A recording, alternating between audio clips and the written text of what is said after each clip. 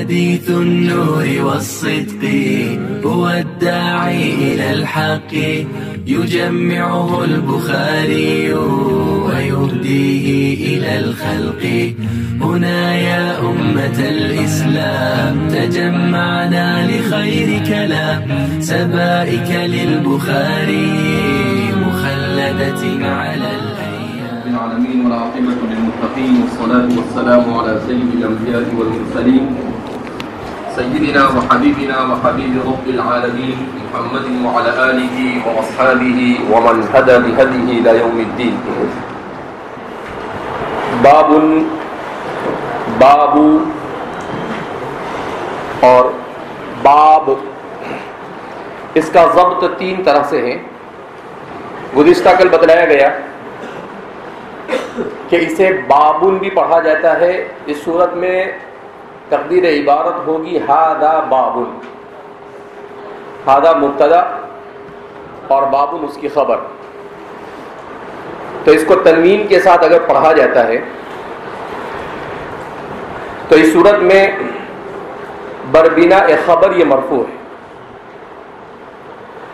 بعض حضرات نے اس کو پڑھا ہے باب بسکون، سکون کے ساتھ. اس صورت میں اس کا کوئی محل اعراب نہیں ہوگا. جیسے آپ نے ہدایت النحو میں پڑھا کہ صاحب ہدایت النحو بیان کرتے ہیں کہ جملے پر اعراب اس وقت آتا ہے جبکہ وہ ترکیب میں واقع ہو. زید قام یا قام زید کہیں گے تو زید پر کوئی نہ کوئی اعراب آئے گا. لا زید وحدہ، اگر زید اکیلا ہے اس سے پہلے کوئی عامل رافع ناصب یہ جار نہیں ہے تو اس صورت میں اس پر کوئی اعراب نہیں آئے. کیوں؟ اس لیے کہ جب کوئی عامل ہی نہیں ہے، وہ کسی کے ساتھ مرکب ہی نہیں ہے، تو اس کا کوئی محل اعراب بھی نہیں ہوگا اور اس کا کوئی اعراب بھی نہیں ہوگا. تو اس صورت میں اس کو پڑھا جائے گا زید. اسی طریقے سے بعض حضرات نے کہا کہ یہ باب ہے، اس کا کسی سے کوئی تعلق نہیں، نہ آگے سے نہ پیچھے سے. اگرچہ علماء نے اس کو پسند نہیں کیا ہے مگر ایک مرجوح رائے بیان کی گئی. بعض حضرات کہتے ہیں کہ بابو کیف کان، یہ بابو مضاف ہے اور کیف کان بدء وحی رسول اللہ صلی اللہ علیہ وسلم یہ پورا اس کا مضاف الیہ بنتا ہے. تو اس صورت میں یہ مضاف الیہ سے مل کر مبتدا محذوف کی خبر بنے گا. ھذا باب کیف کان بدء وحی رسول اللہ. اور بعض نے کہا باب کیف کان بدء وحی رسول اللہ صلی اللہ علیہ وسلم مضاف الیہ سے مل کر مبتدا اور اس کی خبر محذوف ہے. باب کیف کان بدء رسول اللہ صلی اللہ علیہ وسلم وهو کما یلی، تو وہ ہوا کما یلی یہ اس کی کیا بن جائے گی؟ خبر بن جائے گی. اور باب کیف کان بدء وحی رسول اللہ صلی اللہ علیہ وسلم میں کیا بن جائے گا؟ مبتدا بن جائے گا. تو اس طرح سے اس کو مرفوع پڑھا جاتا ہے تو اس کی مختلف توجیحات کی گئی ہے. ایک بات یہاں پر یہ بیان کی جاتی ہے کہ امام بخاری کے بعض تلامذہ کے نسخوں میں لفظ باب یہاں ہے ہی نہیں، لہذا اس قسم کسی بحث کی ضرورت ہی نہیں. لا یوجد باب ولا یوجد کتاب، کہ نہ لفظ باب ہے اور نہ لفظ کتاب ہے. تو اگر ایسی بحث ہے تب تو کوئی مسئلہ ہی نہیں. مگر عام طور پر نسخوں میں باب کیف کان بدء وحی رسول اللہ صلی اللہ علیہ وسلم باب کا ذکر ہے، لہذا اس بنا پر لوگوں نے اتنی ساری توجیحات اس کی بیان کی. پھر ایک سوال یہاں پر یہ پیدا کیا جاتا ہے کہ باب کیف کان بدء وحی رسول اللہ صلی اللہ علیہ وسلم مصنف نے کہا. مصنف نے کتاب کیف کان بدء وحی رسول اللہ کیوں نہیں کہا؟ کتاب کا لفظ لانا چاہیے تھا. تو اس سلسلے میں یہ بات بیان کی جاتی ہے کہ اصل میں کتاب کا آغاز تو آگے سے ہو رہا ہے کتاب الایمان سے، مگر اس سے پہلے یہ ایک باب برسبیل تمہید، بطور تمہید کے ایک باب قائم کر رہے ہیں، لہذا اس کا کتاب سے تعلق نہیں، تمہید کے طور پر اس کا تعلق ایک باب سے ہے، اور جس میں نبی کریم صلی اللہ علیہ وسلم پر نازل ہونے والی وحی کا تذکرہ کیا جا رہا ہے، لہذا اس بنا پر یہاں پر بجائے کتاب کے باب لایا گیا۔ اگرچہ بعض نسخوں میں نساخین نے یعنی نسخہ بنانے والوں نے بجائے باب کی کتاب ہی لکھ دیا ہے، کتاب بدء وحی رسول اللہ، جبکہ یہ صحیح نہیں ہے۔ صحیح یہی ہے کہ یہاں پر باب ہونا چاہیے، اگر باب نہیں ہے اور اس کو کتاب نہیں لائے تو اس کے بارے میں جیسا کہ ابھی توجیہ بیان کی گئی کہ دراصل یہ کتاب ہے ہی نہیں۔ وجہ اس کی یہ ہے کہ مصنف اس باب کے تحت مشکل سے 3-4 روایتیں بیان کر رہے ہیں، اور اس کے ذریعے سے نبی کریم صلی اللہ علیہ وسلم پر وحی کا آغاز ہوا اس کو بیان کر رہے ہیں۔ جبکہ ترجمۃ الباب کے اعتبار سے دیکھا جائے تو چونکہ امام بخاری اپنے ترجمۃ الباب میں بڑے مشہور ہیں،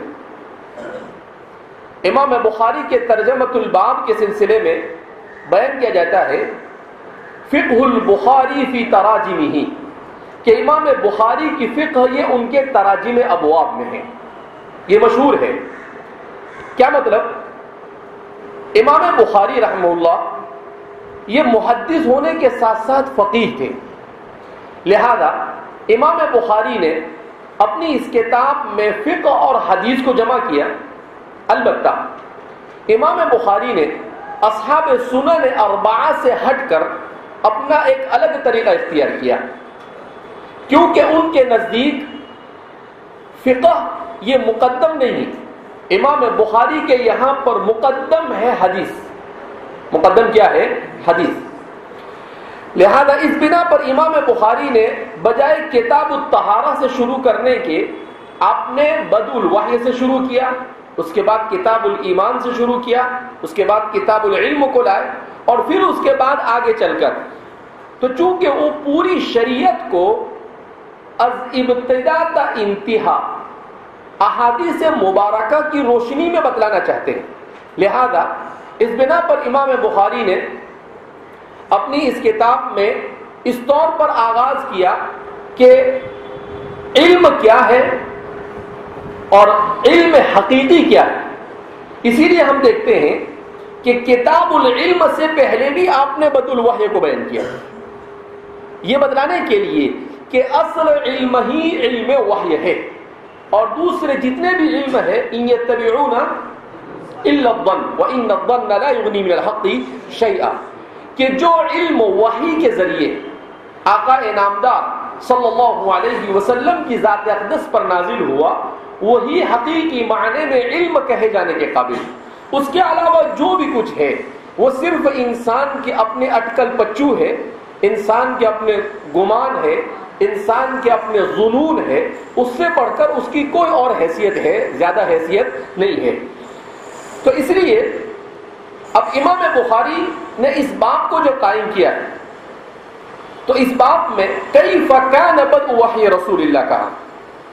اب یہاں پر مستقل ایک بحث کہ کیف کان بدء وحی رسول اللہ صلی اللہ علیہ وسلم میں مصنف کا اصل مقصود کیا ہے۔ پہلے ہی باب سے امام بخاری اپنے ترجمۃ الباب کو بیان کرنا شروع کر دیتے ہیں۔ اب تو اس میں ترجمۃ الباب کیا ہے؟ تو علامہ انور رضا کشمیری رحمۃ اللہ علیہ فرماتے ہیں، جو خاتم المحدثین ہے، تو وہ فرماتے ہیں کہ کیف کان بدء وحی رسول اللہ میں کیف کان اس کا باب سے تعلق نہیں، بلکہ اصل ہے بدء وحی رسول اللہ صلی اللہ علیہ وسلم۔ لہذا اب نیچے جو حدیثیں آئے گی ان حدیثوں کو کیف کان بدء وحی رسول اللہ سے نہیں جوڑیں گے، بلکہ ان حدیثوں کو جوڑا جائے گا بدء وحی رسول اللہ صلی اللہ علیہ وسلم۔ تو اس لیے فرماتے ہیں کہ اصل مقصد اس کتاب میں وحی کو بیان کرنا ہے، وحی کیسے نازل ہوتی تھی۔ اس سلسلے میں امام بخاری نے یہاں پر اپنی اس پورے 4 حدیثوں میں سے کوئی حدیث ایسی نہیں ذکر کی ہے جس میں وحی کے طریقوں سے بحث کی گئی ہو، بلکہ وحی کا آغاز کیسے ہوا کہ آپ صلی اللہ علیہ وسلم کو رؤیا صادقہ نظر آتے تھے۔ لہذا امام بخاری کیفیت نزول وحی سے بحث نہیں کرتے ہیں، بلکہ علامہ انور سا کشمیری فرماتے ہیں امام بخاری یہ بتلانا چاہتے ہیں کہ حضرت عیسیٰ علی نبینا علیہ الصلاۃ والسلام کے بعد وحی کا سلسلہ یہ بند ہو گیا، پھر اس کے بعد بعثت نبوی صلی اللہ علیہ وسلم کے بعد یہ کیسے شروع ہوا۔ تو اصل بتانا یہ مقصود ہے کہ آپ صلی اللہ علیہ وسلم سے یہ سلسلہ شروع ہوا، یہ بتلانا مقصود ہے۔ ورنہ طرق وحی کے سلسلے میں امام سہیلی فرماتے ہیں کہ وحی کے کتنے طریقے ہیں۔ امام سہیلی کا اپنا ایک منفرد قول ہے۔ سہیلی فرماتے ہیں کہ وحی کی 46 قسمیں۔ کتنی قسمیں ہیں؟ 46 قسمیں۔ تو کسی نے پوچھا، بہت بڑے محدث گزرے ہیں، کسی نے پوچھا کہ وحی کی 46 قسمیں کیسے؟ تو انہوں نے بڑا اچھا استدلال کیا۔ انہوں نے کہا کہ رؤیا صادقہ کو نبوت کا 46واں حصہ کہا جاتا ہے۔ رؤیا صالحہ کو اور رؤیا صادقہ 46 من النبوہ، کہ نبوت کا وہ 46واں حصہ ہے۔ تو اس کا مطلب کیا ہوا؟ وہ فرماتے ہیں کہ وہ نبوت کا آخری حصہ ہے 46واں، یعنی وحی کا آخری حصہ ہے۔ اس کا مطلب یہ ہے کہ اس سے پہلے 45 طریقے ہیں۔ تو اس لیے وہ اس حدیث سے استدلال کرتے ہوئے امام سہیلی فرماتے ہیں کہ وحی کا جو نزول ہوتا تھا، اس نزول کے جو طریقے ہیں وہ طریقے تقریباً 46 ہیں۔ البتہ عام طور پر ہمارے محدثین کا رجحان، مفسرین کا رجحان، چونکہ دونوں کے یہاں پر بحث ہوتی ہے وحی سے، چاہے وحی مطلوع ہو چاہے وحی غیر مطلوع ہو، تو دونوں کے یہاں پر بحث کس سے ہوتی ہے؟ وحی سے ہوتی ہے۔ لہذا اس بنا پر حضرات مفسرین، علوم القرآن کے ماہرین اور حضرات محدثین، یہ دونوں کے دونوں طرق وحی کے سلسلے میں بڑی تفصیل کے ساتھ کلام کرتے ہیں، اور امام بخاری نے اسی لیے سب سے پہلے اسی کو بیان کیا۔ تو فرماتے ہیں بعض حضرات کا کہنا یہ ہے کہ وحی کے جو طریقے ہیں وہ 7 ہیں، 46 نہیں۔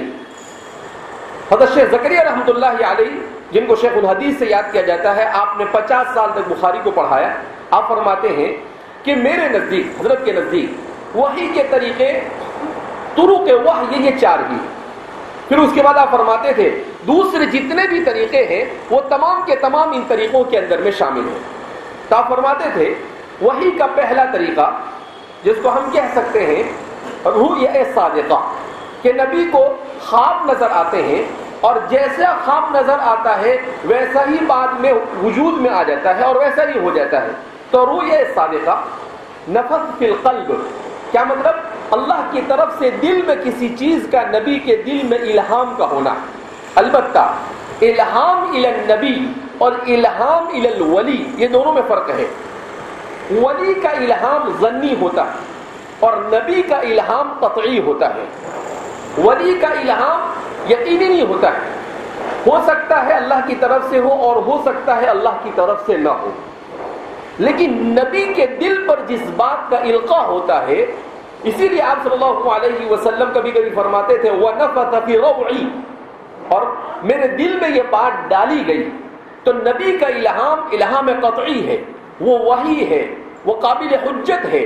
ولی کا الہام یہ قابل حجت نہیں، اس لیے کہ جب ظنی ہے تو ظنی چیز یہ قابل حجت بن سکتی نہیں ہے۔ تو سب سے پہلے فرماتے ہیں کہ رؤیا صادقہ، اور دوسرے نمبر پر فرماتے ہیں کہ دل میں کسی چیز کا اللہ کی طرف سے نبی کے دل پر کسی چیز کا نازل ہو جانا۔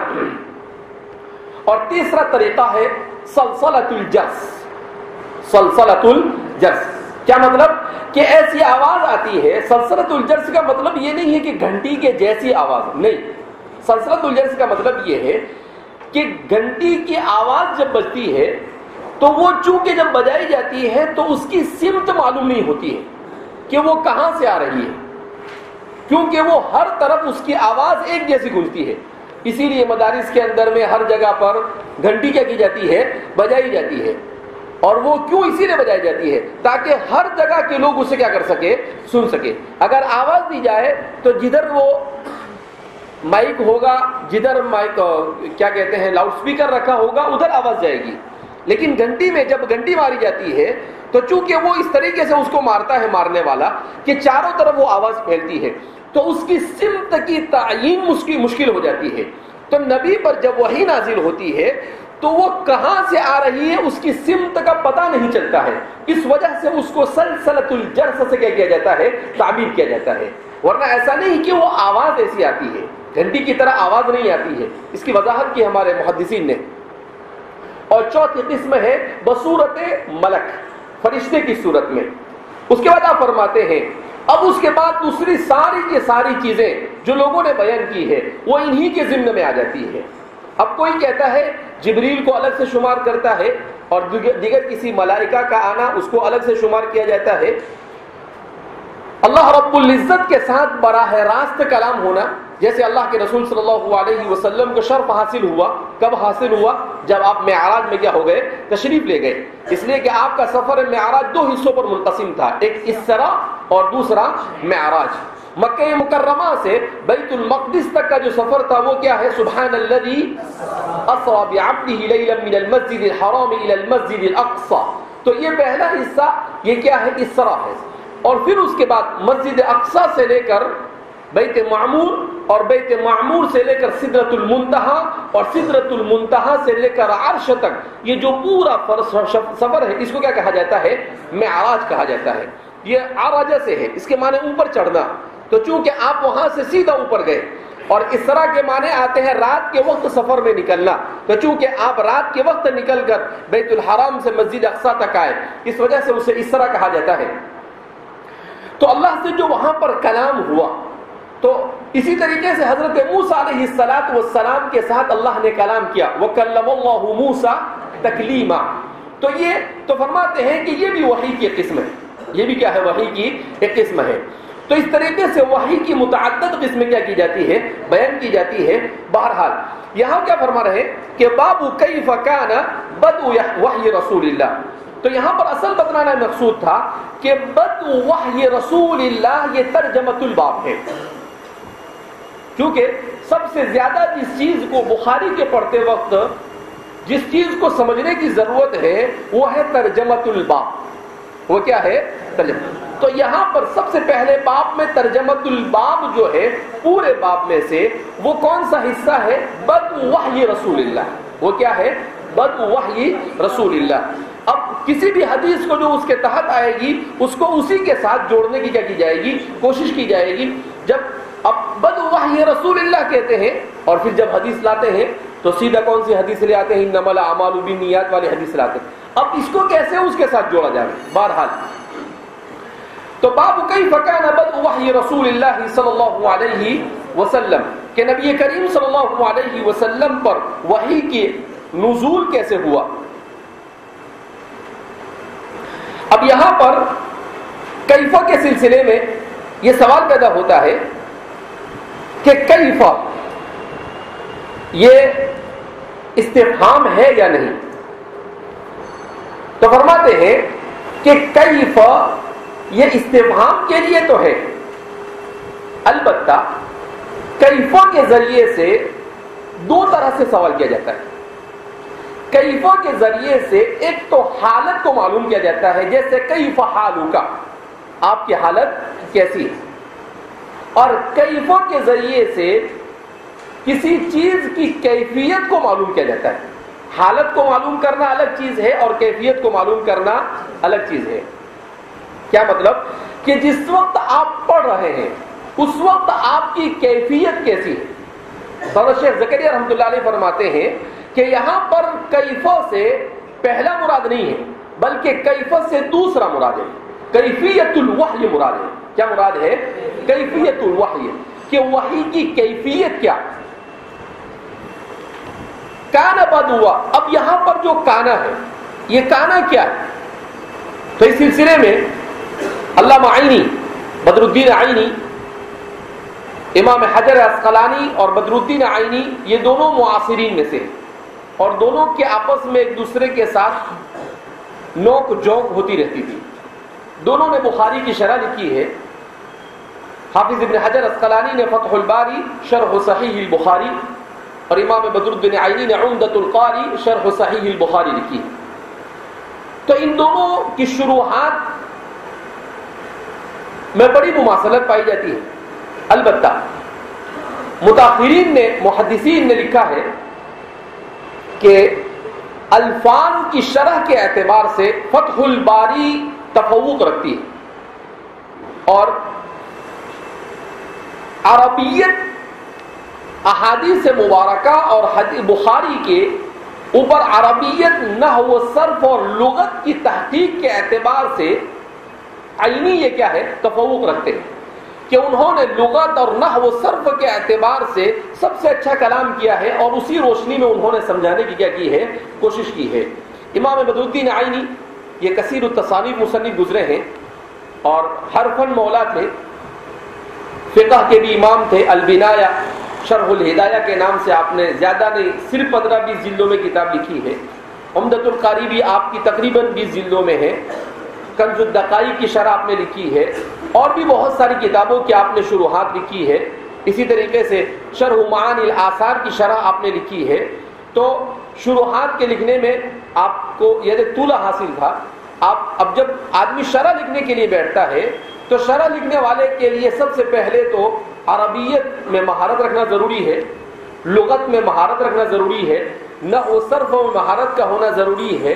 تو چونکہ آپ شارح کے حیثیت سے متعارف ہوئے، اگرچہ آپ محدث بھی تھے اور فقیہ بھی تھے، تو لہذا اس بنا پر آپ کے یہاں پر حل عبارت پر زیادہ توجہ دیتے ہیں آپ، اور جب حل عبارت پر توجہ دینا ہے تو ظاہر سی بات ہے اس کے لیے قواعد عربیہ کے اوپر زور دینا کیا ہے، ضروری ہے۔ اس وجہ سے تو امام بدر الدین عینی فرماتے ہیں کہ یہ کانا جو ہے یہ تامہ بھی ہو سکتا ہے اور ناقصہ بھی ہو سکتا ہے۔ اگر اس کانا کو تامہ مانا جاوے تو اس صورت میں بدء الوحی الی رسول اللہ کو اس کا فاعل بنانا پڑے گا، اس لیے کہ جب کانا تامہ ہوگا تو کانا تامہ ہونے کی صورت میں یہ سارا کے معنی میں ہوگا، اور جب یہ سارا کے معنی میں ہوگا تو یہ اب فاعل کا متقاضی ہوگا، اب یہ اسم کا متقاضی نہیں ہوگا۔ اور اگر اس کانا کو کانا ناقصہ مانا جاوے تو اس صورت میں بدء الوحی الی رسول اللہ یہ اس کی کیا ہو جائے گا، اس کا اسم ہوگا، اور اس کی خبر کو محذوف ماننا پڑے گا۔ تو اس لیے، اور بعض حضرات نے یہ کہا ہے کہ اس کو کانا تامہ ماننا زیادہ بہتر ہے۔ امام بدر الدین عینی کا رجحان بھی اسی جانب ہے کہ اس کانا کو کانا ناقصہ ماننے کے بجائے کانا تامہ مانا جاوے۔ کیوں؟ اس لیے کہ اس کو اگر ناقصہ مانا جاتا ہے تو اس کی خبر کو محذوف ماننے کی ضرورت پڑے گی، اور اگر اس کو تامہ مانا جاتا ہے تو کسی چیز کو محذوف ماننے کی ضرورت پڑتی نہیں ہے۔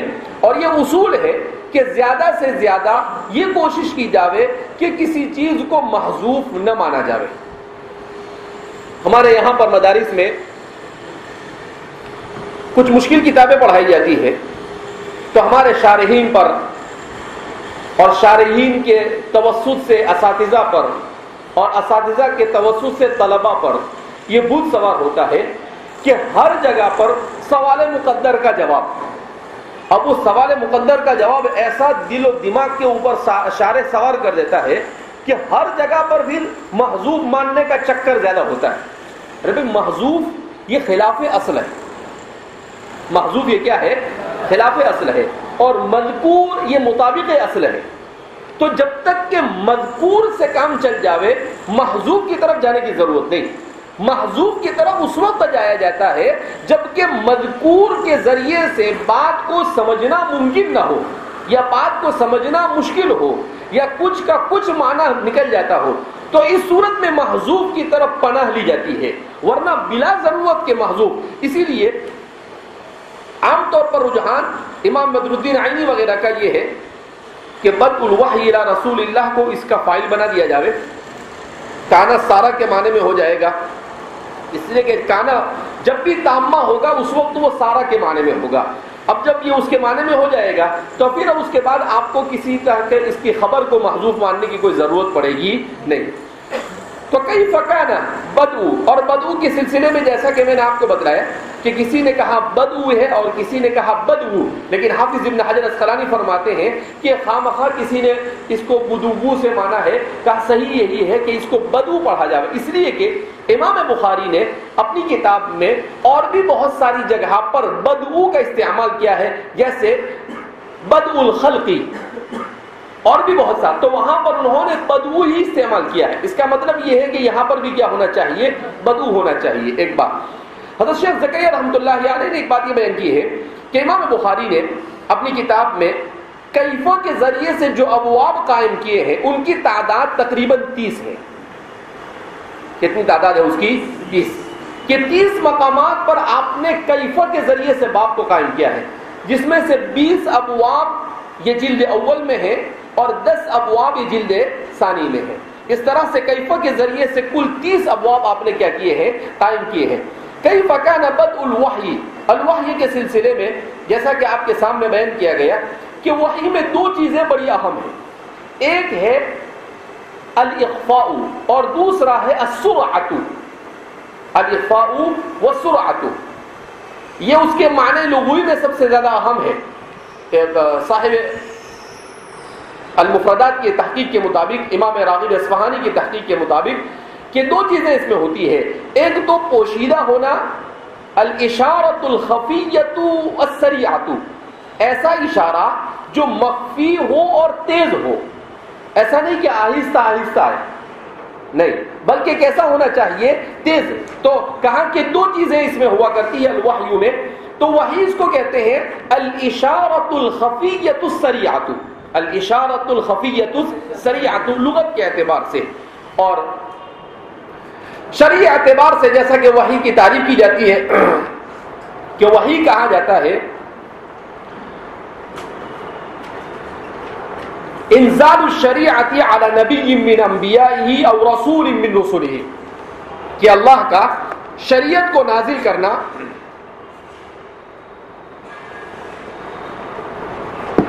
اپنے نبیوں میں سے کسی نبی پر یا اپنے رسولوں میں سے کسی رسول کے اوپر. چونکہ انسان یہ اپنے کام کو اپنے بلبوتے پر انجام نہیں دے سکتا ہے. انسان نے جب بھی اپنے اوپر اعتماد کیا اور وحی سے اپنے اعتبار کو اٹھا لیا، یہ ہمیشہ خسارے میں رہا. اور جب جب انسانی تاریخ میں، چونکہ ہم تو آخری دور میں ہیں، وہ کھرچن ہوتا ہے نا، کھانا بناتے ہیں تو نیچے جو نیچے لگ جاتا ہے اس کو کیا بولتے ہیں، یقال لہ کھرچن. تو ہم لوگ کون سے دور سے گزر رہے ہیں؟ کھرچن والے دور سے گزر رہے ہیں، بالکل آخری دور ہے. تو ہمارے سامنے ماسبق کے تجارب بہت زیادہ ہے، یعنی ماسبق میں جو کچھ ہوا وہ بہت سارا ہمارے سامنے ہے.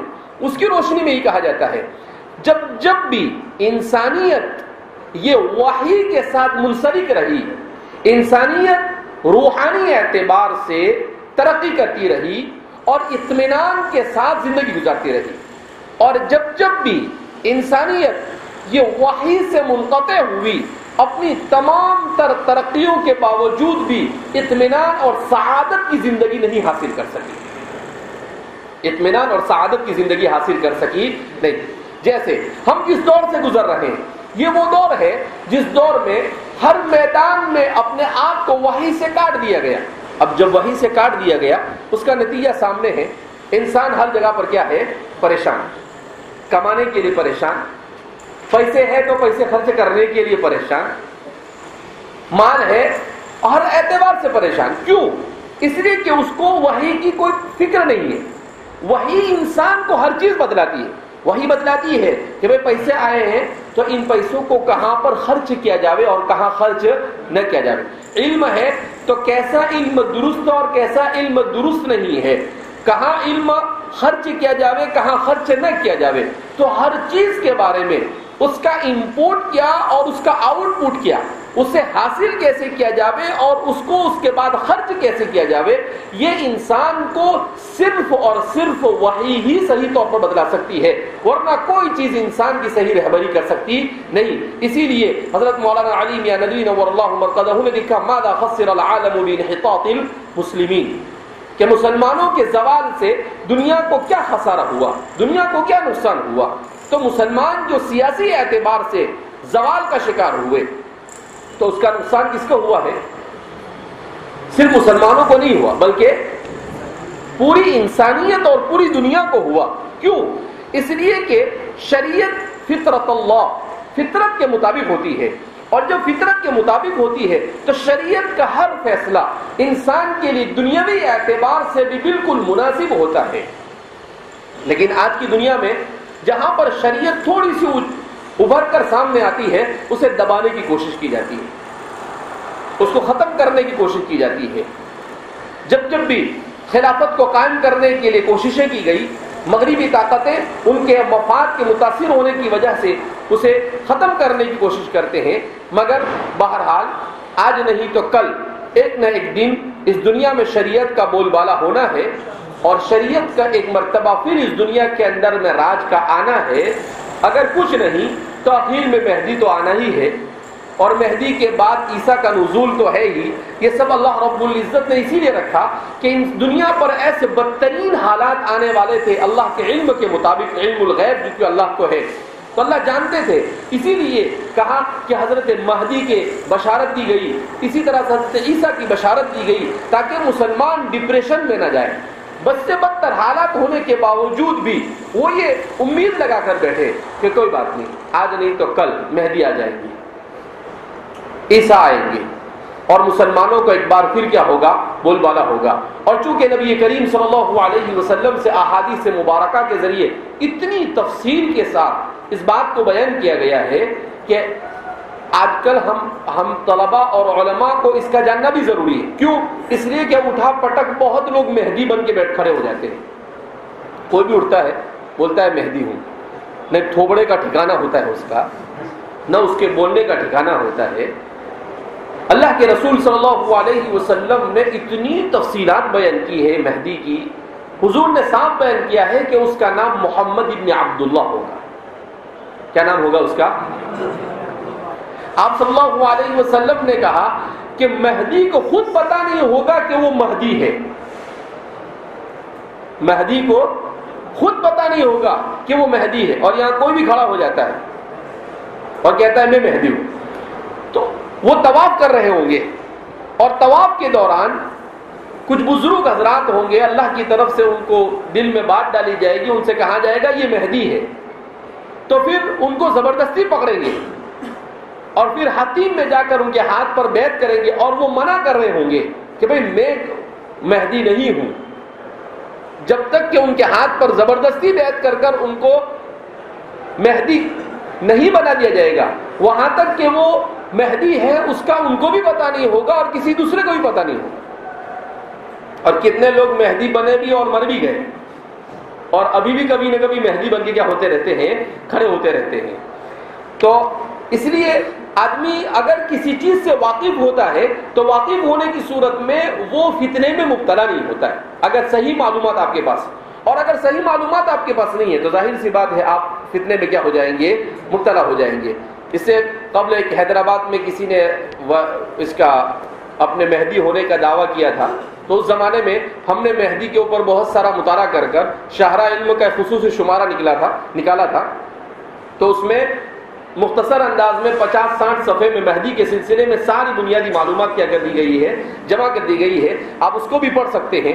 بہرحال تو وحی سے منسلک ہونے میں انسان کی سعادت ہے۔ یہ وحی کے فوائد کو بیان کیا جا رہا تھا، کیف کان بدء الوحی الی رسول اللہ صلی اللہ علیہ وسلم۔ ایک بات یہاں پر یہ بھی سمجھتے چلنا چاہیے کہ مہدی اور عیسیٰ احادیث مبارکہ میں یہ دو الگ الگ شخصیتیں ہیں۔ مہدی عام انسانوں کی طرح پیدا ہوں گے، اور عیسیٰ علیہ السلام پیدا نہیں ہوں گے بلکہ عیسیٰ کا نزول ہوگا۔ اور قادیانی کھڑا ہوا تھا تو بولتا ہے، پہلے بولتا ہے میں عیسیٰ ہوں، تو کیسے عیسیٰ؟ عیسیٰ علیہ السلام تو پیدا ہونے والے نہیں کہیں پر، وہ تو زندہ آسمانوں پر اٹھا لیے گئے ہیں اور ان کو اتارا جائے گا. پھر تھوڑے دن کے بعد کہا کہ مسٹیک ہو گیا ایسا لگتا ہے, تو پھر بولتا ہے نہیں میں مہدی ہوں. تو ایسے کیسے؟ کبھی عیسیٰ اور کبھی مہدی. حالانکہ نہ عیسیٰ تھا نہ مہدی تھا, بلکہ انہ شیطان, انسان بھی ہوتا تو اچھا تھا. اب آپ کہیں کہ اس کو شیطان کیسے کہہ دیا؟ شیطان قرآن کریم کہتا ہے یوحی بعضهم الی بعض شیاطین الانس والجن یوحی بعضهم الی بعض. اس لیے کہ نبوت کا دعویٰ کرنا یہ شیطان کا کام ہے آپ صلی اللہ علیہ وسلم کے بعد. اس کے علاوہ شیطنت جس کے سر پر سوار اور اس کے علاوہ کوئی دوسرا نبوت کا دعویٰ کر سکتا نہیں ہے.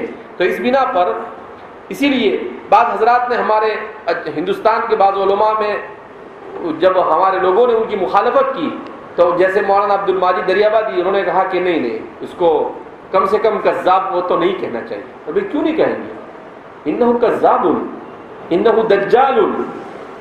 کیسے آپ؟ کیونکہ اگر آپ اس طریقے سے ایسے لوگوں کے ساتھ نرمی کریں گے تو معاشرے کے اندر میں میڈک کی طرح بہت سارے لوگ کھڑے ہو جائیں گے. لہذا جو جھوٹا ہے اسے جھوٹا کہنا ہے. ارے ہمارے محدثین نے اپنے باپ کو نہیں چھوڑا, اپنے بھائی کو نہیں چھوڑا, تو یہ کون سی جھاڑ کی مولی آ گئی؟ تو باب کیف کان بدء الوحی الی رسول اللہ صلی اللہ علیہ وسلم. تو سب سے پہلے امام بخاری نے بدء الوحی کو بیان کیا. اس کے بعد امام بخاری کا طریقہ یہ ہے کہ جب بھی وہ بیان کرتے ہیں تو بدء الوحی کو بیان کرنے کے ساتھ جب بھی کوئی باب قائم کرتے ہیں تو آپ کا طریقہ یہ رہتا ہے کہ آپ اس کے ساتھ کسی آیت کو بطور دلیل کے لے آتے ہیں, کسی آیت کو بطور دلیل کے لے آتے ہیں. اسی لیے آپ نے بدء الوحی کو قائم کیا اور اس کے بعد آیت وقول اللہ عز وجل, اس کو قول اللہ بھی پڑھ سکتے ہیں اور اس کو قول اللہ بھی پڑھ سکتے ہیں. اگر اس کو قول اللہ پڑھیں گے تو اس کا عطف ہوگا باب کیف کان بدء, تو کیف پر اس کا عطف ہوگا اور کیف یہ حالت جری میں ہے, یہ کس میں حالت جری میں ہے, لہذا قول پر بھی کیا آئے گا؟ جر آئے گا. اور اگر باب کیف کان بدء وحی رسول اللہ پڑھیں گے تو کیف یہ کون سی حالت میں ہوگا؟ حالت رفع میں ہوگا, مبتدا ہونے کی وجہ سے یا خبر ہونے کی وجہ سے. تو اس صورت میں قول اللہ یہ کیا ہوگا؟ مرفوع ہوگا. تو اس کو مجرور بھی پڑھا جا سکتا ہے اور مرفوع بھی پڑھا جا سکتا ہے, لیکن ایسا نہیں پڑھا جا سکتا ہے کہ مطلب یہ ہے کہ کچھ بھی پڑھے, نہیں. وہ آپ نے شروع کیسے کیا؟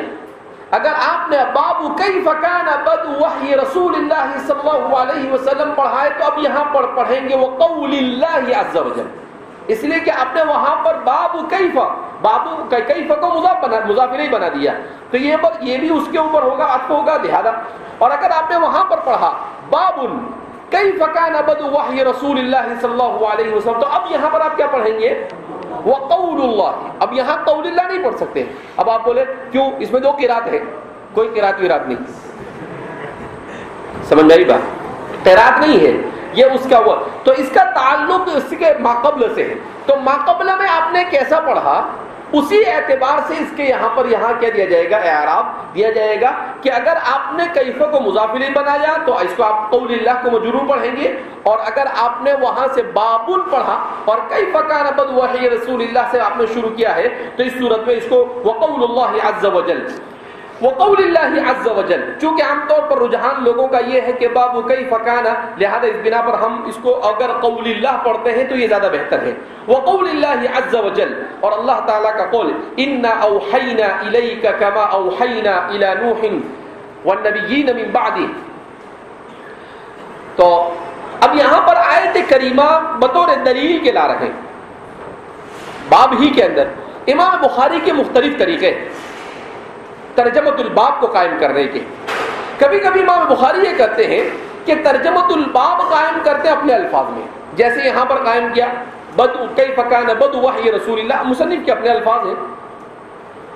کبھی یہ کرتے ہیں کہ کوئی حدیث جو اس باب میں لا رہے ہیں اسی حدیث کے ایک ٹکڑے کو وہاں پر پیش کر دیتے ہیں. کس میں؟ باب میں. باب بیان کریں گے اور وہیں پر اس حدیث کا ٹکڑا لے کر آ جائیں گے. کبھی مصنف ایسا کرتے ہیں کہ باب کے طور پر نہ تو اپنے الفاظ ہوں گے نہ اس میں جو کوئی حدیث ہے اسے بیان کریں گے, بلکہ کوئی اور حدیث جو امام بخاری کی نظر میں ایسی نہیں ہے جس کو بخاری میں جگہ دی جا سکے، امام بخاری کی نظر میں ایسی نہیں ہے جس کو بخاری میں جگہ دی جا سکے، لیکن دوسری جگہ پر وہ منقول ہے دوسری کسی، تو اس صورت میں اس حدیث کی طرف اشارہ کرنے کے لیے اس حدیث کا کوئی ٹکڑا لا کر امام صاحب اس کو کیا بنا دیتے ہیں، باب بنا دیتے ہیں، اور اس کو ترجمۃ الباب کے طور پر اس کو کیا کرتے ہیں، لے آتے ہیں۔ تو اس طریقے سے مختلف انداز میں وہ باب کو کیا کرتے ہیں، قائم کرتے ہیں، یہاں پر پہلی صورت میں، اور پھر اس کے بعد کسی نہ کسی آیت کو جوڑنے کی کیا کرتے ہیں، وہ کوشش کرتے ہیں، تاکہ دعویٰ مع الدلیل بیان کرتے ہیں کہ دعویٰ کیا اور اس کے ساتھ دلیل یہ ہے، اس طور پر دلیل کے طور پر آیت کریمہ کو پیش کرتے ہیں، اور اس طرح کتاب اللہ اور سنت رسول اللہ کو جمع کرنے کی آپ کی بھرپور کوشش رہتی ہے۔ اِنَّا أَوْحَيْنَا إِلَيْكَ كَمَا أَوْحَيْنَا إِلَى نُوحٍ وَالنَّبِيِّينَ مِن بَعْدِهِ۔ اب امام بخاری نے یہاں پر سورہ نساء کی آیت نمبر 163 کو لائے۔ اب سوال پیدا ہوتا ہے کہ وحی کے سلسلے میں تو بہت ساری آیتیں ہیں، امام بخاری نے اسی آیت کا انتخاب کیوں کیا؟ تو اس سلسلے میں حضرات شارحین نے لکھا ہے کہ امام بخاری نے یہاں پر اس آیت کریمہ کا انتخاب اس لیے کیا کہ اس آیت میں اِنَّا أَوْحَيْنَا إِلَيْكَ كَمَا أَوْحَيْنَا إِلَى نُوحٍ، وحی کے دو چیزیں بیان کی گئی۔ ایک تو یہ بیان کیا گیا کہ اے محمد عربی صلی اللہ علیہ وسلم، ہم نے آپ پر وحی بھیجی، ہم نے آپ پر وحی بھیجی۔ تو نبی کریم صلی اللہ علیہ وسلم پر وحی کی صداقت کو یہاں پر بیان کیا گیا، اس لیے یہ آیت موضوع تھی۔ اور اس کے بعد کما اوحینا الی نوح، تو سب سے پہلے تشریعی نبی وہ کون ہے؟ حضرت نوح علیہ السلام۔ لہذا اس بنا پر حضرت نوح علیہ السلام کے ساتھ جس وحی کو جوڑا ہے، تو تشریع آپ کی وحی بھی تشریعی، اور حضرت نوح علیہ السلام کی اول وحی تشریعی ہے، تو وہ مبدا تھے اور یہ منتہا ہے، لہذا مبدا اور منتہا دونوں کو بیان کر دیا۔ اس وجہ سے اس آیت کریمہ کا انتخاب کیا۔ ایک اور توجیہ بعض حضرات نے بڑی اچھی بیان کی، حضرت شیخ یونس صاحب جونپوری نور اللہ مرقدہ نے جس کو بیان کیا ہے مونس القاری میں، آپ نے لکھا ہے کہ اصل میں حضرت نوح علیہ السلام اور نبی کریم صلی اللہ علیہ وسلم کو جن لوگوں کی طرف بھیجا گیا تھا، ان دونوں میں بڑی مناسبت ہے۔ ان دونوں میں کیا تھی؟ بڑی مناسبت۔ کیسے دونوں میں بڑی مناسبت؟ اس طور پر مناسبت تھی کہ حضرت نوح علیہ السلام کو جن لوگوں کی طرف بھیجا گیا تھا، وہ لوگ مبتلا تھے شخصیت پرستی میں اور بت پرستی میں، دونوں جمع تھے وہاں پر، شخصیت پرستی بھی اور بت پرستی بھی۔ اس لیے کہ آپ نے قصص النبیین پڑھی، آپ نے تو قصص النبیین میں آپ نے پڑھا کہ کس طریقے سے لوگوں میں بت پرستی کا آغاز ہوا۔ ارے قصص النبیین میں پڑھا نا آپ نے کہ لوگوں میں بت پرستی کا آغاز کیسے ہوا، تو اس میں بتلایا گیا، کیا بتلایا گیا کہ حضرت نوح علیہ السلام کے زمانے سے پہلے یغوث و یعوق و نسر، جو بڑے بڑے عباد اور زہاد تھے، صالحین تھے، ان صالحین کے پتلے بنائے گئے۔ پہلے شیطان نے لوگوں سے کہا کہ بھئی تبرک کے طور پر ان کے پتلے بنا، پھر اس کے بعد ایک زمانے کے بعد کہا کہ ان کے واسطے سے اللہ سے مانگو، پھر اس کے بعد کچھ دنوں کے بعد کہا کہ بڑے نیک سارے لوگ ہیں، ڈائریکٹ ان سے مانگو، اور پھر اس کے بعد ان کو سجدہ کرنا کیا کر دیا؟ شروع کر دیا۔ تو دیکھو شخصیت پرستی اور بت پرستی دونوں کیا ہو گئے؟ جمع ہو گئے۔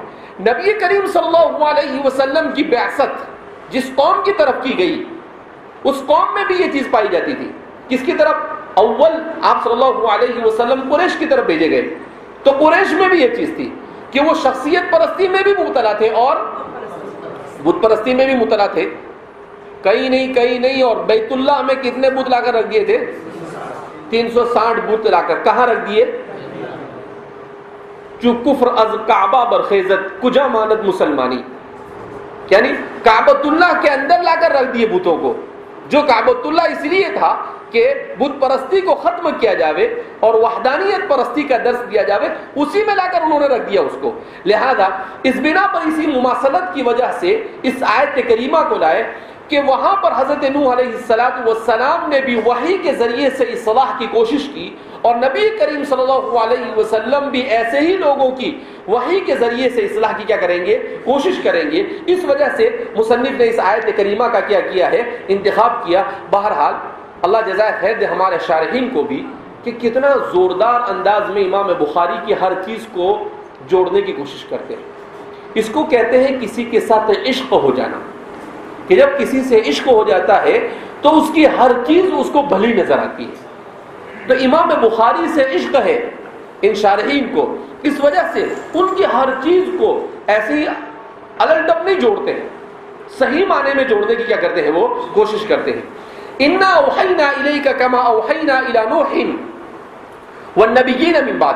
ایک اور بات بیان کی گئی کہ یہ اتنی جامع آیت ہے کہ اس آیت میں مبدأ وحی، منتہے وحی اور درمیان میں وحی کی جتنے بھی لوگوں پر وحی نازل کی گئی ان کی طرف بھی اشارہ کر دیا گیا، کیونکہ قرآن نے کہا الی نوح والنبیین من بعد، والنبیین من بعد، تو ساری وحیوں کی طرف اس میں اشارہ کر دیا گیا۔ تو کہا یہاں پر اس سے زیادہ موضوع اور کوئی آیت کریمہ ہو سکتی تھی نہیں، اسی لیے مصنف نے اس آیت کریمہ کا انتخاب کیا۔ یہ تمام کے تمام توجیحات درست ہو سکتی ہے۔ جب اللہ کسی کو انتخاب کرتا ہے، کسی سے کوئی کام لینا چاہتا ہے تو اسی طریقے سے لے لیتا ہے کہ بعد میں آنے والے لوگ توجیح کرتے ہیں، اور وہ توجیح بھی اتنی شاندار ہوتی ہے کہ آدمی حیران ہو جاتا ہے کہ شاید امام بخاری کے سامنے بھی یہ بات نہ ہو، لیکن وہ برابر توجیح کرنے والا ایسی توجیح کرتا ہے کہ ایسا لگتا ہے کہ جیسے ایسا ہی ہوا ہوگا۔ تو انا اوحینا الیک کما اوحینا الی نوح والنبیین من بعد۔ حضرت نوح علیہ السلام کا نام عبد الشکور تھا، لیکن آپ نوح کے لقب سے مشہور ہو گئے۔ لکثرت نوحہ علی قومہ، آپ کثرت سے اپنی قوم پر روتے تھے، تو آپ کے کثرت بکا کی وجہ سے آپ کو نوح سے یاد کیا جاتا ہے، ورنہ آپ کا نام نوح نہیں تھا۔ سیرت نگاروں، سیرت الانبیاء جن لوگوں نے اس پر کام کیا ہے، قصص الانبیاء اور سیرت الانبیاء اور مفسرین، انہوں نے لکھا ہے کہ آپ کا نام عبد الشکور تھا۔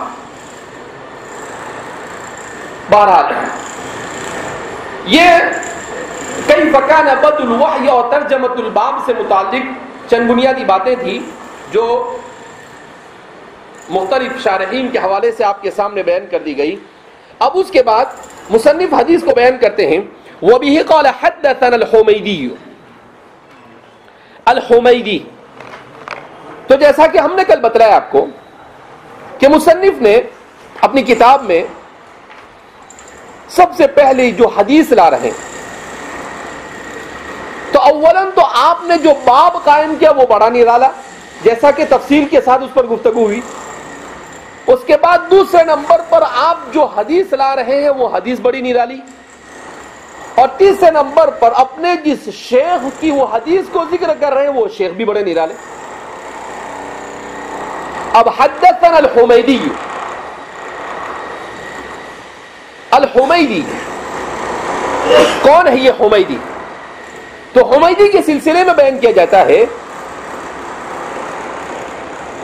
کہ ان کا نام ہے ابو بکر عبداللہ ابن الزبیر الحمیدی القرشی۔ ابو بکر عبداللہ ابن الزبیر القرشی الحمیدی۔ حمید یہ قریش کی ایک شاخ ہے، تو آپ کا تعلق قبیل قریش سے ہے، قبیل قریش کی شاخ حمید سے ہے، اسی کی طرف نسبت کرتے ہوئے آپ الحمیدی سے یاد کیے جاتے ہیں۔ حضرات محدثین میں دو لوگ گزرے ہیں الحمیدی کے نام سے، ایک تو ہمارے مصنف، ان کی پیدائش مکہ مکرمہ میں ہوئی، البتہ کب ہوئی اس کے سلسلے میں کچھ پتہ نہیں چل سکا۔ ہاں، ان کے انتقال کے بارے میں بیان کیا جاتا ہے کہ سن ہجری 219 میں، اور بعض حضرات کے مطابق سن ہجری 220 میں آپ کا انتقال ہوا مکہ مکرمہ میں۔ تو آپ مکہ میں پیدا ہوئے، مکہ میں آپ نے علم حاصل کیا، آپ کے جو اساتذہ اور مشائخ ہیں ان میں سے اکثریت کا تعلق کس سے ہے؟ مکہ مکرمہ سے۔ آپ حضرت سفیان ابن عیینہ کے اجل تلامذہ میں سے ہیں۔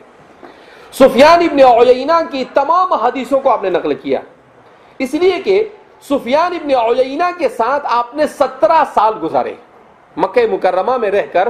سفیان ابن عیینہ کے خادم اور ان کے خاص تلمیذ ہونے کی حیثیت سے 17 سال تک حضر میں، سفر میں، ہر جگہ پر سفیان ابن عیینہ کے ساتھ آپ رہا کرتے تھے۔ تو آپ نے 17 سال گزارے۔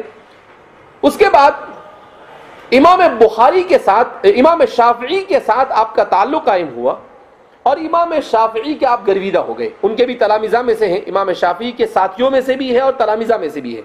اسی لیے امام شافعی کا تعلق بھی مکہ مکرمہ سے ہے اور بنو ہاشم سے ہے، اور آپ کا تعلق بھی تو دور سے آپ کا رشتہ بھی امام شافعی سے ہوتا ہے، اور آپ اس سے اتنے متاثر ہوئے کہ امام شافعی جب مصر چلے گئے تو آپ بھی ان کے ساتھ مصر چلے گئے۔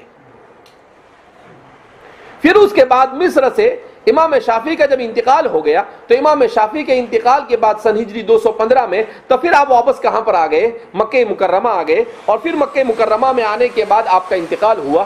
تو اس طرح سے امام شافعی کے انتقال کے تقریباً 4 یا 5 سال کے بعد حمیدی کا انتقال ہوتا ہے۔ تو یہ امام بخاری کے اساتذہ میں سے ہیں۔ امام مسلم نے بھی ان سے روایت کو نقل کیا ہے۔ ان کا تعلق، اب میں جیسا کہ بیان کرا، ایک تو ان کا تعلق مکہ مکرمہ سے۔ حضرت شیخ یونس صاحب جونپوری نور اللہ مرقدہ نے ایک عجیب بات لکھی ہے، آپ نے لکھا کہ انہوں نے حمیدی کی اس روایت سے نقل کیا، جبکہ مکہ مکرمہ کے اور بھی بہت سارے مشائخ آپ کے اساتذہ میں سے تھے، جیسے سفیان ابن عیینہ سے براہ راست امام بخاری نے فیض کیا ہے، تو وہ براہ راست تو سفیان ابن عیینہ سے بھی حدیث بیان کر سکتے تھے، مگر نہیں، آپ نے حمیدی کا انتخاب کیا۔ کہا کیوں انتخاب کیا؟ میں نے کہا نا، جس کے عشق ہو جاتا ہے اس کی ہر ادا آدمی کو کیا ہوتی ہے؟ نرالی محسوس ہوتی ہے، اور اس کے حسن کو نکھارنے کی کیا کرتا ہے؟ وہ کوشش کرتا ہے۔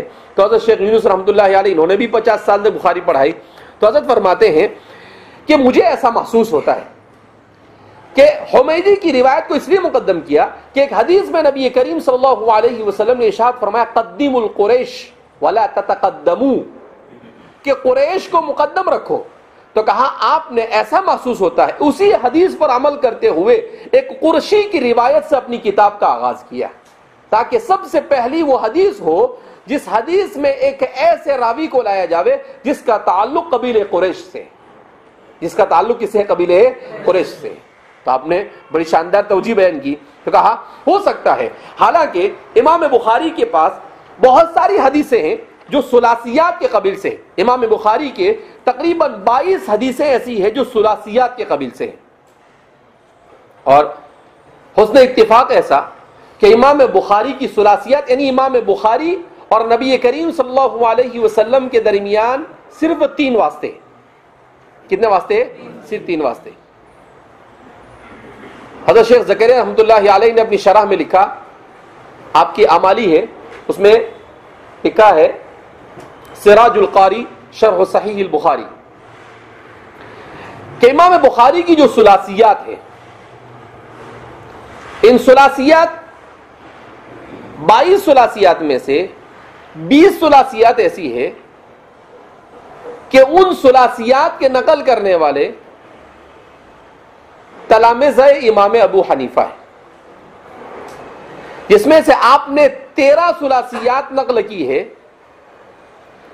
مکی ابن ابراہیم سے، جو بلخ کے رہنے والے تھے، امام صاحب کے براہ راست تلمیذ تھے، ان سے، اور اس کے علاوہ دوسرے جو محدثین ہیں جن سے آپ نے روایت، حضرت شیخ زکریا رحمۃ اللہ علیہ فرماتے ہیں کہ دوسرے 2 محدث ہیں، اس کے بارے میں تحقیق تک ابھی تک تو مجھے پتہ نہیں چل سکا کہ وہ کون ہے، لیکن میں نے کہا کہ حضرت شیخ نے یہ بات کہی ہے تو حضرت مولانا یونس صاحب نے ضرور اس پر کچھ نہ کچھ تحقیق کی ہوگی، تو میں نے حضرت مولانا یونس صاحب کی کتاب مونس القاری اس کو اٹھایا، تو اس میں حضرت مولانا یونس صاحب نے کہا کہ ان دونوں کا تعلق بھی امام صاحب کے تلامذہ میں سے، تو کہا کہ ثلاثیات بخاری جتنی ہے وہ سب کے سب اس کا تعلق کس سے ہے؟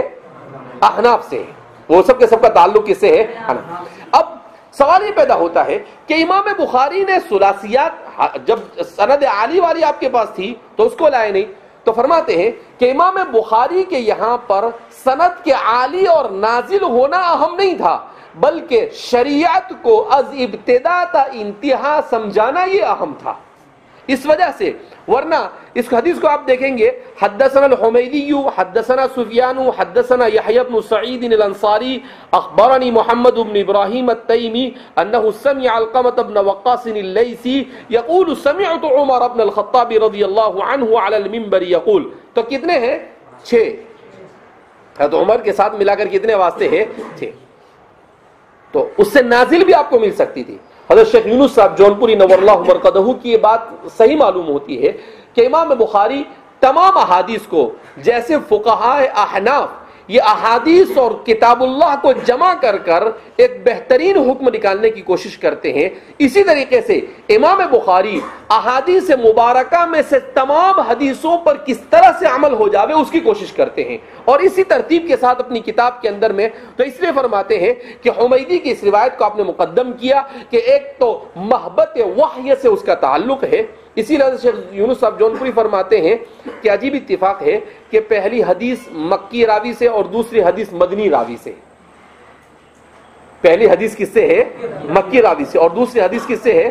مدنی راوی سے ہے. اس لیے کہ وحی کا آغاز مکہ میں ہوا اور وحی کا اختتام کہاں پر ہوا؟ مدینہ میں ہوا، اور یہ دو ہی مقامات تھے جہاں پر اکثر و بیشتر وحی کیا ہوئی ہے؟ نازل ہوئی. اس لیے کہا کہ مکی اور مدنی دونوں راویوں سے اپنی کتاب کا آغاز کیا کہ بھائی یہیں پر نازل ہوئی اور یہاں ہی کے لوگ ہیں جن سے ہمیں استفادہ کرنا چاہیے. بہرحال تو حمیدی جو ہے یہ کوئی معمولی انسان نہیں، اپنے زمانے کے بڑے زبردست محدث مانے جاتے ہیں، اور مسند الحمیدی کے نام سے آپ کی مستقل کتاب ہے جس میں آپ نے اپنی روایتوں کو جمع کیا ہے جو حضرات صحابہ وغیرہ سے آپ نے سنی ہے. اور حمیدی کے سلسلے میں ان کے تلامذہ فرمایا کرتے تھے کہ امت محمدیہ کے لیے دوسری صدی ہجری میں مکہ مکرمہ اور حجاز مقدس میں ان سے بڑا فقیہ اور امت کے لیے ان سے بڑا ناصح ہم نے کسی کو نہیں دیکھا. کہا ان سے بڑا ناصح، ان کے تلامذہ فرماتے تھے بڑے نصیحت. تو فرماتے ہیں کہ ان کا شمار اپنے زمانے کے فقہا میں ہوتا تھا. مکہ مکرمہ کے جن لوگوں کے ساتھ یعنی ہر شہر میں جو فقہا ہوتے تھے تو مکہ کے فقہا میں حمیدی کا شمار ہوتا تھا اپنے زمانے کے فقہا میں. تو مصنف نے ایسے راوی کے ذریعے سے اپنی کتاب کا آغاز کیا جو نسب کے اعتبار سے بھی انتہائی بلند، جو وطن کے اعتبار سے بھی انتہائی بلند، اور جو علم اور فضل اور تقوی کے اعتبار سے بھی انتہائی بلند. اس طریقے سے جب پہلی اینٹ ہی بہترین انداز میں رکھی جائے تاکہ اوپر تک دیوار کیسی جائے صحیح سالم اور سیدھی چلی جائے اور کسی طرح کی کوئی کجی نہ پیدا ہو سکے، اس لیے مصنف نے امام حمیدی کو اپنی کتاب کی پہلی روایت کے لیے کیا کیا ہے؟ منتخب کیا ہے. اس کے بعد آگے کے راوی ہے جن کے بارے میں قدر معلوم کرنے کے بعد ہم انما الاعمال بالنیات اور ترجمۃ الباب ان دونوں کے درمیان کیا مناسبت ہے اس کو جاننے کی کیا کریں گے؟ کوشش کریں گے.